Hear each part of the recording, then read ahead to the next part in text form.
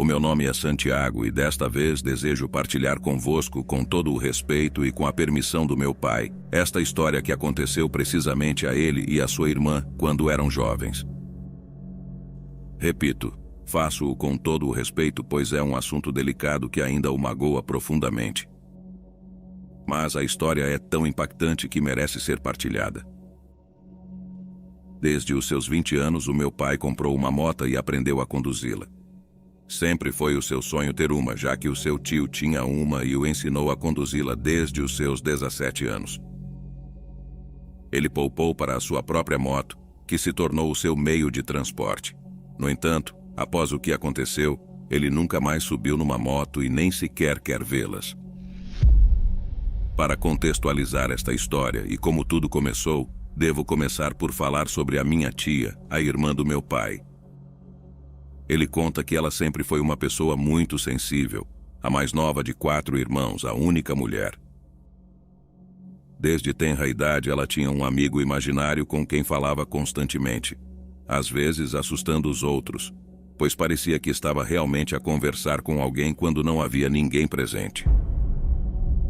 Ele também me contou que ela tinha a capacidade de detectar pessoas más no momento em que as conhecia e que raramente se enganava. Simplesmente tinha um sexto sentido muito apurado e conseguia sentir ou ver coisas que a maioria das pessoas não conseguia. Quando ela tinha 18 anos e o meu pai 28, ele já não vivia com os meus avós nem com nenhum dos seus irmãos, apenas a minha tia. A minha avó ligou-lhe um dia, preocupada com a minha tia, pois todos os dias, quando ela regressava da universidade, dizia que algo a estava a seguir, como se a estivessem a perseguir. Ela dizia que vinha atrás dela e ficava muito histérica, chorando e gritando. Às vezes, de madrugada, ela começava a gritar que não a levariam. Os meus avós não conseguiam entender. Ela deixou de ir à universidade dizendo que, quando saía à noite, voltava para casa porque aquela mulher sem rosto a perseguia. Ela contou que era muito difícil de apanhar, às vezes estava a muitos metros dela. Mas quando ela olhava novamente, a mulher já estava a poucos passos de distância. Os meus avós chamaram o meu pai, pois eles não acreditavam no que ela dizia. Pensavam que ela tinha algum problema mental e pediram ao meu pai que a levasse a um bom psicólogo ou psiquiatra. O meu pai, o irmão mais velho e o que estava a ter mais sucesso financeiro, concordou em ajudar o que os meus avós estavam a pedir. No entanto, ele conta que no fundo acreditava na sua irmã, porque desde criança ela era muito sensível a todas essas coisas. Sabia que podia ver ou sentir coisas que os outros não conseguiam, mas ele queria agradar aos meus avós e, claro, ajudar a sua irmã. Por isso, o meu pai pediu uns dias de folga no trabalho e foi buscá-la na sua moto. Eles viviam em Goiânia, por isso não estavam muito longe da capital. Ele chegou à casa dela e convenceu-a de que era o melhor para ela ser tratada, permitindo-lhe ajudá-la. Como se davam muito bem, o meu pai conseguiu convencê-la, o que é algo que ele ainda se arrepende. Saíram de tarde e já estava a anoitecer na estrada. O meu pai diz que a sua irmã estava calma no início, mas quando o sol começou a desaparecer, ela começou a perder o controle. Começou a dizer coisas como: "Sei que não passarei desta noite. Sinto aquela mulher muito perto e ela está a vir atrás de nós. Por favor, acelera ou ela vai nos alcançar." O meu pai diz que olhou para o espelho lateral e conseguiu ver uma silhueta escura com um rosto excessivamente pálido e com olhos tão profundos e negros que estava a correr a uma velocidade impressionante, a poucos metros atrás deles.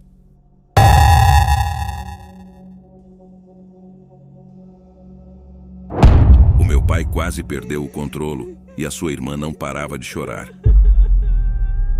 Ela não dizia mais nada, apenas chorava sem parar e abraçava o meu pai, encostando a cabeça às costas dele. O meu pai olhou novamente para o espelho e disse que já não viu nada. No entanto, quando olhou para a frente, viu um pneu no chão a poucos metros e não conseguiu evitá-lo. Ambos foram arremessados da moto. O meu pai ficou com a perna partida, mas a minha tia perdeu a vida instantaneamente. Ele diz que esses foram os piores momentos da sua vida. Ele queria ir até onde a minha tia tinha caído para ver se ela estava bem, mas não conseguia mexer-se devido à sua perna. Um carro que passava por ali conseguiu vê-los e parou para ajudar, chamando os serviços de emergência. No entanto, já era demasiado tarde. A minha tia tinha falecido. Até hoje o meu pai continua a culpar-se erradamente, mas diz que sabe perfeitamente o que a minha tia viu. Ela não estava louca ou a alucinar, e ele fez questão de dizer a todos que a sua irmã estava a dizer a verdade. Ela sabia que a morte viria em breve por ela e por isso começou a agir daquela forma. Nunca a conheci, mas espero que esteja num lugar melhor, descansando. E devo dizer que acredito em tudo o que ela viu antes de falecer e também acredito no meu pai. Naquela coisa que ele viu na escuridão daquela estrada a persegui-los. Não consigo imaginar o terror que sentiu, mas, no final das contas, foi superado pelo que aconteceu a seguir. Quando alguém vos disser que tem um mau pressentimento, não o ignorem. Desde que o meu pai me contou esta história, sempre levo a sério os sinais de intuição. Graças a isso, já evitei várias vezes situações que poderiam ter colocado a minha vida em perigo. Nós, seres humanos, muitas vezes subestimamos o potencial da nossa mente e das nossas capacidades intuitivas. E esta foi a minha história.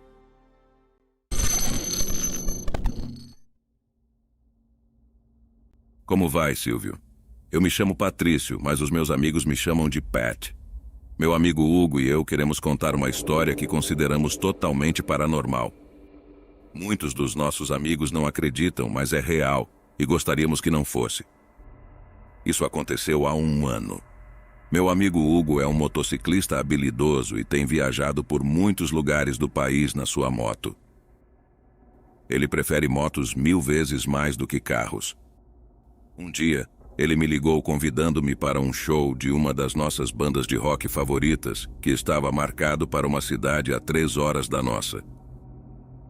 Ele disse que não precisávamos nos preocupar com hospedagem, já que poderíamos ir e voltar na mesma noite na sua moto. Só gastaríamos com os ingressos para o show e com o que consumíssemos lá. Claro que aceitei, pois estava empolgado com a ideia de ir a esse show. O dia chegou e partimos na moto. A viagem de ida correu bem, viajamos durante o dia e chegamos a tempo para conseguir um bom lugar, bem na frente. O problema surgiu na volta. Saímos do show por volta das 3 da manhã e Hugo estava completamente sóbrio, claro. Eu tinha bebido algumas cervejas, mas nada fora do comum. Eu também estava sóbrio, pois não era sensato beber em excesso e depois voltar para casa numa moto. Estávamos na estrada quando, de repente, vimos alguém caminhando em nossa direção. Essa pessoa estava caminhando na beira da estrada e eu fiz um comentário irônico para o Hugo, dizendo que parecia um fantasma. Rimos, mas ele decidiu diminuir a velocidade e parar ao lado do homem idoso que caminhava descalço, vestindo um roupão de hospital. Eu disse ao Hugo, em tom de brincadeira, para irmos embora, que aquilo não era um jogo. No entanto, ele parou ao lado do homem e lhe perguntou se precisava de ajuda. O homem continuou caminhando sem sequer olhar para nós. Parecia que ele não podia nos ver, ou pelo menos era essa a impressão que tínhamos, já que ele nem sequer voltou o olhar na nossa direção. O homem continuou caminhando até que o perdemos de vista. Hugo queria ir procurá-lo, mas eu o impedi, dizendo para ele se acalmar. Não sabíamos quem era aquele homem e já era muito tarde, o que poderia ser perigoso. Além disso, desde que o vi, senti que algo não estava certo e só queria ir para casa. Hugo finalmente concordou e continuamos na estrada. No entanto, cerca de meio quilômetro à frente, nos deparamos com algo que quase nos fez perder o controle. Havia uma ambulância virada ao lado da estrada. Vimos 2 pessoas no chão e o motorista ainda estava dentro da ambulância, preso pelo cinto de segurança. Ficamos em choque, sem saber o que fazer. A parte mais assustadora foi quando Hugo me perguntou: Pat, esse não é o homem que vimos mais cedo? Respondi que sim, o homem estava à beira da estrada, espalhado pelo chão sem se mover. Nesse momento, vimos várias ambulâncias e uma viatura da polícia chegando. Parecia que alguém já havia reportado o acidente. Fomos afastados do local e nos disseram para seguir em frente. Escutamos os paramédicos dizendo que os 3 corpos no chão já não tinham vida. Meu amigo e eu começamos a chorar, pois nunca tínhamos visto pessoas falecidas antes, muito menos um espírito. Quando finalmente chegamos à minha casa, Hugo ficou comigo naquela noite, mas não conseguimos dormir. Continuamos a conversar e a refletir sobre o que tínhamos testemunhado, mas não conseguimos encontrar uma explicação. Não sabemos para onde a alma daquele homem foi. Talvez ele estivesse simplesmente perdido e não soubesse como voltar para casa. Esta foi a experiência que tivemos há apenas 1 ano, e mesmo com o tempo passando, aquela cena continua viva na minha mente. É algo para o qual nunca estávamos preparados e espero que aquele homem descanse em paz. Eu me sentiria muito mal se ele ainda estivesse perdido naquela estrada, procurando o seu caminho de volta para casa.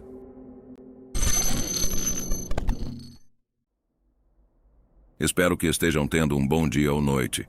Me chamo Daniel, tenho 24 anos e sou motociclista desde os 18. Costumo fazer longas viagens para visitar meus pais na minha moto, já que moro longe com minha parceira há alguns anos. Geralmente viajo sozinho, pois evito expor minha namorada ao perigo das estradas que se tornaram perigosas devido à criminalidade. Gosto de viajar à noite, é o meu horário favorito, pois está mais tranquilo e aprecio a imponência das silhuetas das montanhas ao meu redor na escuridão. Até aquele momento nunca havia experimentado nada de sobrenatural nessas estradas. Mas fiquei relutante em viajar novamente à noite depois do que aconteceu. Saí por volta das 21 horas para pegar a estrada. Essa é a minha hora preferida para começar a viagem, já que o tráfego é bem mais tranquilo. No entanto, quando já estava na estrada, em um trecho onde as montanhas haviam desaparecido e a paisagem era mais plana, decidi parar para atender uma necessidade urgente. Estacionei minha moto na beira da estrada e entrei no matagal para me aliviar. Enquanto estava lá, ouvi passos pisando nas folhas e nas ervas, como se algo estivesse se movendo entre elas. Fiquei apreensivo e comecei a me apressar para voltar à moto. Quando ergui o rosto, vi algo que fez meu corpo inteiro se arrepiar. Entre os arbustos, a cabeça de uma cabra negra apareceu.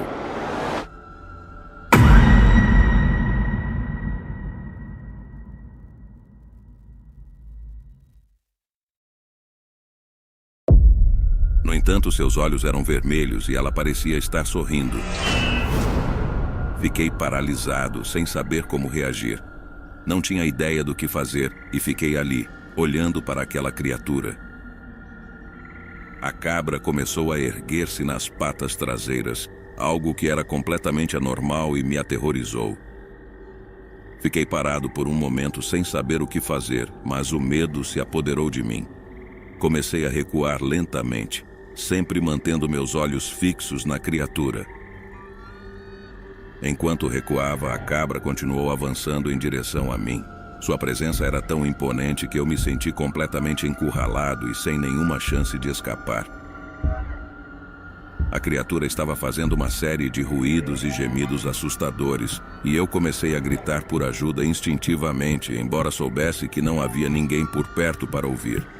Estava completamente sozinho na escuridão daquele matagal. Finalmente encontrei coragem para correr em direção à minha moto.